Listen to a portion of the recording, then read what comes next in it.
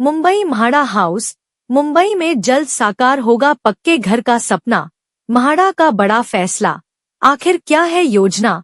महाराष्ट्र आवास एवं क्षेत्र विकास प्राधिकरण म्हाडा ने दक्षिण मुंबई में ढह गई या खाली हो चुकी इमारतों के ग्राउंड फ्लोर पर रहने वाले लोगों को पात्र घर उपलब्ध कराने के लिए एक महत्वपूर्ण रणनीतिक निर्णय लिया है।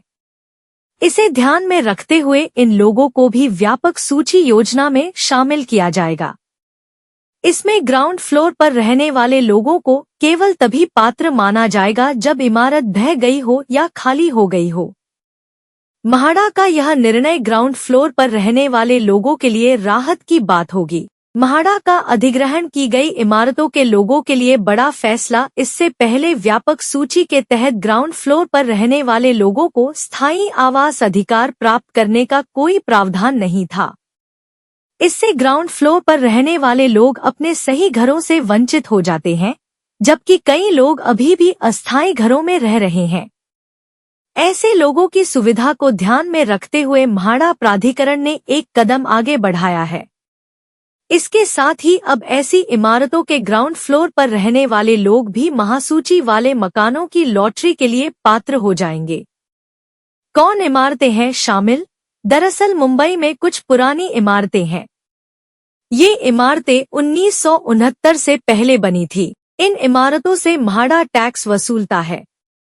इस टैक्स से इमारतों की मरम्मत की जाती है। इमारतों को उनके बनने के साल के हिसाब से बांटा गया है। जो इमारतें 1940 से पहले बनी हैं, वे पहली श्रेणी में आती हैं।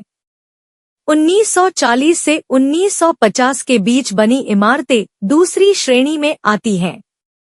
1951 से 1969 के बीच बनी इमारतें तीसरी श्रेणी में आती हैं। इन इमारतों की हालत बहुत खराब है, इसलिए इन्हें दोबारा बनाने की योजना है।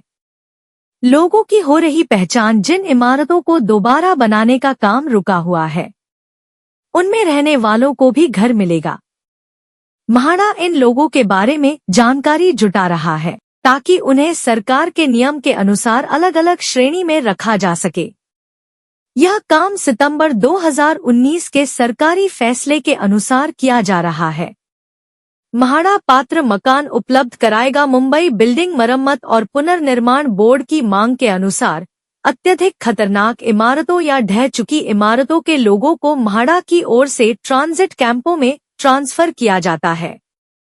जब अत्यधिक खतरनाक माने जाने वाले या पहले से ही ढह चुके भवनों को खाली करा लिया जाता है, तो उनका पुनर्विकास कर दिया जाता है और लोगों को अस्थायी कैंपों से पुनर्वासित भवनों में ट्रांसफर कर दिया जाता है। इसके बाद ऐसे लोगों को ट्रांजिट कैंप की भूमि पर अपना अधिकार छोड़ना पड़ता है। कुछ इमारतों का अलग अलग कारणों से पुनर्विकास नहीं किया जा सकता, इसलिए ऐसे लोगों को सालों तक ट्रांजिट शिविरों में रहना पड़ता है। ऐसे ही खबरों के लिए देखते रहे एकता केसरी न्यूज और हमारे चैनल को लाइक और सब्सक्राइब करना न भूले। धन्यवाद।